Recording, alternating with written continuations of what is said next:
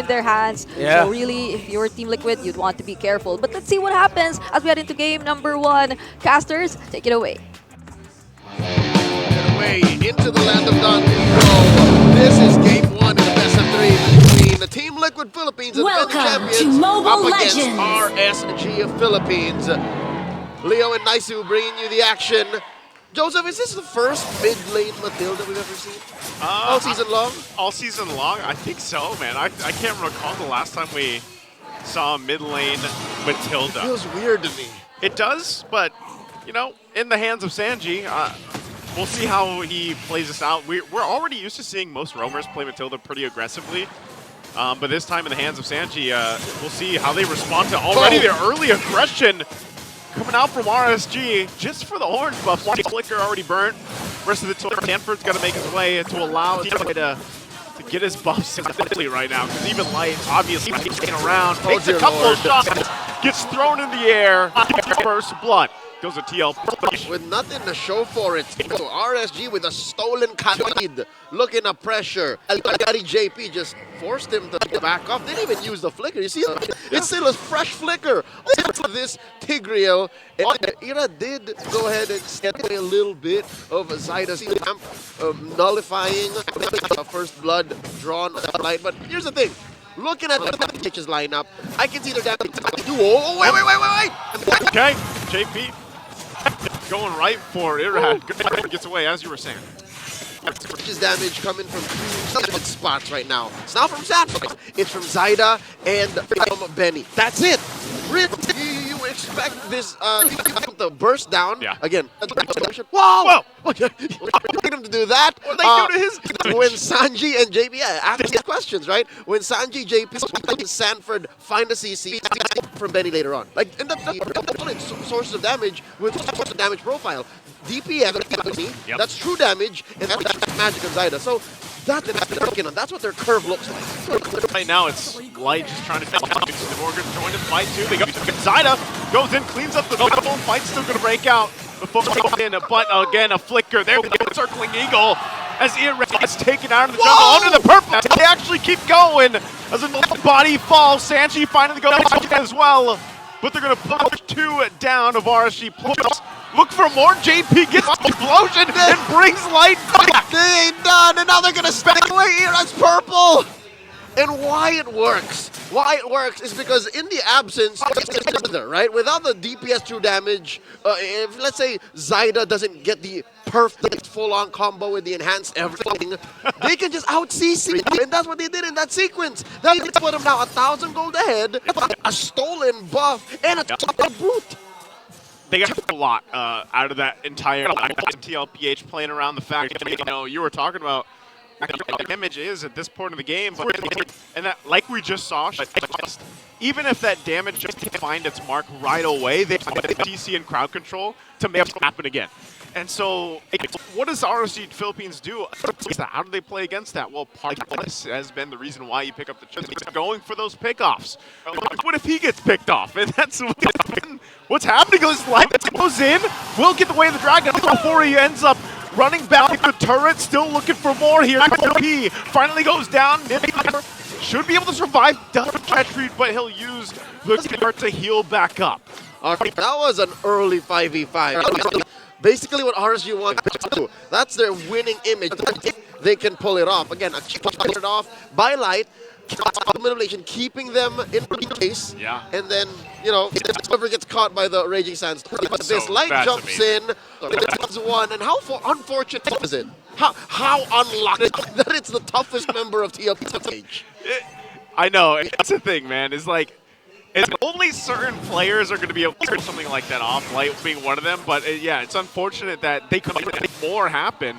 But they do things down a little bit. Namor, though, health wants to fight back against Stanford, but ultimately, objective secured again for TLPH. So we're still looking for that back, that clap back from RSG Raiders on what they're going to be able to do. Because even if Light does that again, can they find that cap it off? Finish what they started, because we've already seen a taste of what RSG wants to see, right? This is what RSG is supposed to get at. not willy-nilly fights here and there, because you don't know exactly where Nibor is going to get down the smackdown, given that it's building up into a high build. So it's not just burst.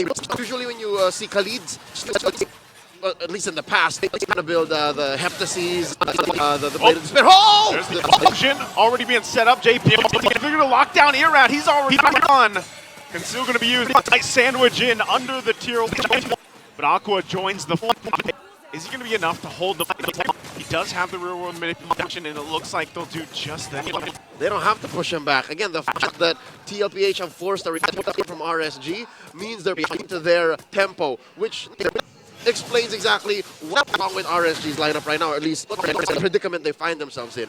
My long-winded explanations, they have to find their way towards making their game plan work. They find the perfect kick, get in a place where he can deal reliable damage, soak up a little bit too, and find the perfect RWM, because if he plays it down and no one's in it, it's going to go.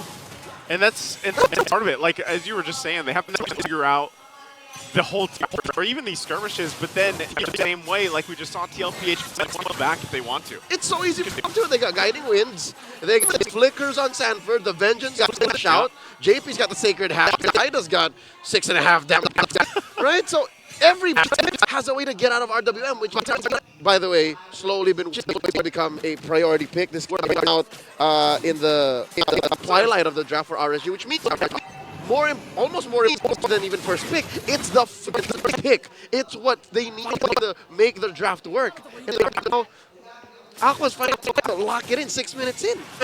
He's having a hard time. It makes you. I know Eve has struggled a little bit as she has been picking up a bit, but it's still usually the RWM once that's.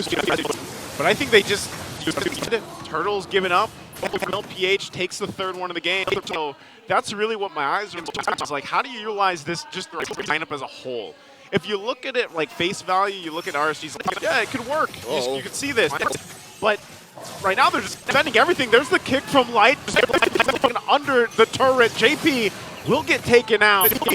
So good setup play there from RSG. But again, my question is, do you just keep doing that and hoping that you get back into this game, doing things in your favor? Side is out of position. Could be a fight here. That's the guiding win we're talking about. If that was in the Matilda, would have been a punish. Now Aqua hit. Re-engage. Final slash going to be used as well. Aqua taken out now. Sam could be in trouble as well. Can't get away with the guiding win on that time. And Zyda takes a ton of damage in exchange, and Sanji tries to walk away as well. Here's the fight back. The Raiders as RSG picks up a couple kills. That's not how you pick a team fight. Already, I think Liquid were walking in half cooked. They traded out JP for 2 ults, seemingly. And it's not worth it. Again, if you had a follow up immediately, if JP maybe found implosion to trade for those 2 or 3 ults, sure. But that was because they were still fighting underneath the turret. That's what's going to allow RSG to trade those early kills, 3 turtles into 2 turtles. It goes if they're winning the side lanes.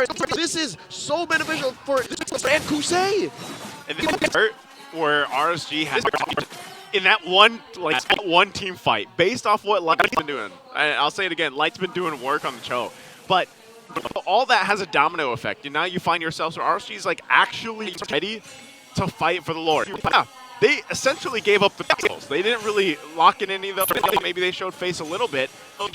At least for the first Lord, they can be in a position where okay, we can actually dance and go toe to TLPH. Which is another development in the current meta game. Again, we saw how 2 or 3 months ago, especially of the assassin junglers, you don't want to trade out the last turtle. The second to the last turtle, like those are the ones that wrap up into a mid-game power spike.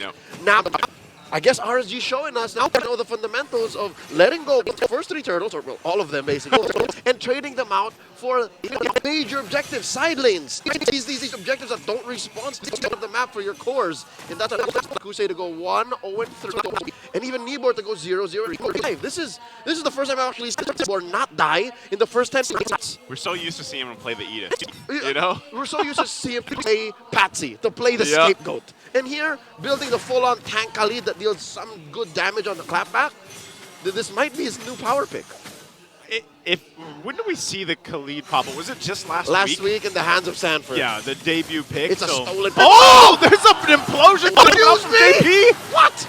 They're still looking to capitalize on it. Irad to the backside, forcing him back a little bit. The Lord also still up. Finally goes down, and there's the... Oh, the counter comes in. Nibor's still going to be alive. He just heals back up. He'll do it. And JP going to get run down as well. They're going for a wipeout here, but Ben doesn't have enough to fight back. RSG flips the game on its head and will go down the mid. The Raiders are in the building. 2,000 gold, a turn in mid, a buff. Suddenly, the damage to MPLPH, if you figure out how to soak it in, how to isolate these many different things that make it work, they can't clap back. That's what confused you. The person was just there like, come on. I'm like, is he going to? And then he's like, I'm going to heal up. Bring it. How is he not gassing out? That's what you get when you build a full Khalid. Exactly, man. It's the destruction, it's heal. Yeah. I'm not getting anyone from DLPH has heal destruction. Maybe Sanji can build it. Maybe there's ice on JP, or at least on the way. But even the tenacity plays a turn there. The sure. emblem, right? Like, there's so much you can do with heal reduction. Yeah, and again, he's just like this. Khalid, we're going to see a little more of, I feel like, especially for some teams. Because he's a good enough distraction, and even does pretty good damage. Like, he does pretty good damage, and then even for these team fights. Save for a massive penalty. I think he's just a pound for pound. He's Rizla. Yeah, he's faster, too. He's faster, too. That's one of the problems. He's just wailing away with his massive mallet. And then, all right, wait, give me a sec, bro. I gotta make it to the team fight. Kali's like, all right, give me 2 seconds. He's just soaring through. Is that a sound of sand? You're the sound effect guy, man. That's You'll come up with something. All right, he's got radiant armor already, so he's dealing with Zaida, dealing with Sanji. I don't know, the ice on the way, so he can deal with JP as well. Sanji's shields too. All those shields be damned. Oh, here we go! Gonna force the fight again. Light finding the target. It's JP. Implosions are we gonna be used. Into the blazing, do it into the IWM. Irat's still going. Well, he's alive. He goes back, but Sanford connects the shot. 1v1. Sanford still going. Not sure if he wants to fight out. The regen from Sanford. No. You do not take this. As a ranged combatant, Claude cannot take on Scarlet. No. All right, you see the veteran wild both of these championship of mid laners, Kusei the King, and as well San the Apex Predator. Dude, that could have resulted in a disastrous 1-1 for either team. Like if either when they're like, you bring it into a spear fight. see, like even that, if this was not such a well area, the Claude would have won, right? Claude would have won. But, you know, Sanford knows his strength. He's like, I dare you to come in. I just dare don't know. you. Clarence, I dare you to come in. Well, it's funny because these team fights, they're still so close. Yes. Every single team fight we have seen up to this point. I could have sworn that was RSG. And then it wasn't. Especially well placed and well timed. Do it, but not. If you're that tight, if you're that close, and you don't have like a wall, some level of peel, or I guess Nibor did do what he did the first time around. Yeah. So if that doesn't happen, then it's closer to 50.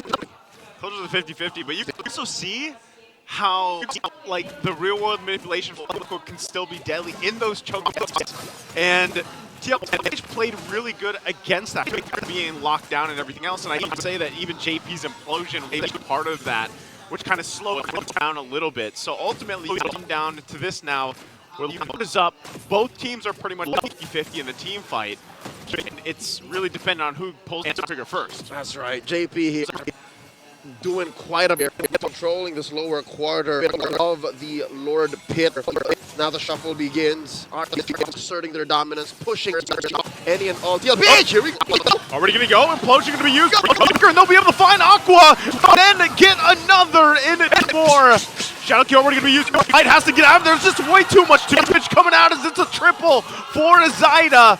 And TLPH will go ahead and now focus on the mid lane turrets, knowing they have a numbers advantage. Oh, it tries to delay him a little bit further, but it's just him and Kosei holding on to the base from the full fleet of the cavalry. Blazing with the wind of nature already used, but they still have a minion to push in. They're going to try to delay him as much as they can, but they won't be able to as TLPH takes game 1. Died up and boosted them, boys. That's how that happened. Again,